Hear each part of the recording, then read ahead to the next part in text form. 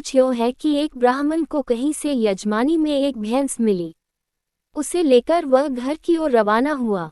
सुनसान रास्ते में वह पैदल ही चला जा रहा था। बीच रास्ते में उसे एक चोर मिला। उसके हाथ में मोटा डंडा था और शरीर से भी वो अच्छा तगड़ा था। उसने ब्राह्मण को देखते ही कहा, क्यों ब्राह्मण देवता, खूब दक्षिणा मिली लगती है, पर यह भैंस तो मेरे साथ जाएगी। ब्राह्मण ने झट कहा, क्यों भाई? चोर बोला, क्यों क्या, जो कह दिया सो करो। भैंस छोड़कर चुपचाप यहाँ से चलते बनो, वरना लाठी देखी है, तुम्हारी खोपड़ी के टुकड़े टुकड़े कर दूंगा। अब तो ब्राह्मण का गला सूख गया। हालांकि शारीरिक बल में वह चोर से कम नहीं था, पर खाली हाथ वह करे भी तो क्या करे। विपरीत समय में बुद्धिबल काम आया।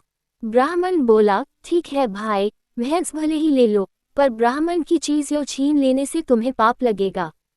बदले में कुछ देकर भैंस लेते तो पाप से बच जाते। चोर बोला, यह मेरे पास देने को धरा क्या है? ब्राह्मण ने झट कहा, और कुछ न सही, लाठी देकर भैंस का बदला कर लो। चोर ने खुश होकर लाठी ब्राह्मण को पकड़ा दी और भैंस पर दोनों हाथ रखकर खड़ा हो गया।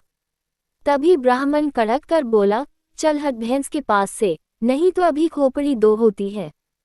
चोर ने पूछा, क्यों? ब्राह्मण बोला, क्यों क्या, जिसकी लाठी उसकी भैंस। चोर को अपनी बेवकूफ़ी समझ आ गई और उसने वहां से भागने में ही भलाई समझी। किसी ने सच ही कहा है कि जिसमें अक्ल है, उसमें ताकत है। तो अब समझे कि यह कहावत यहीं से शुरू हुई।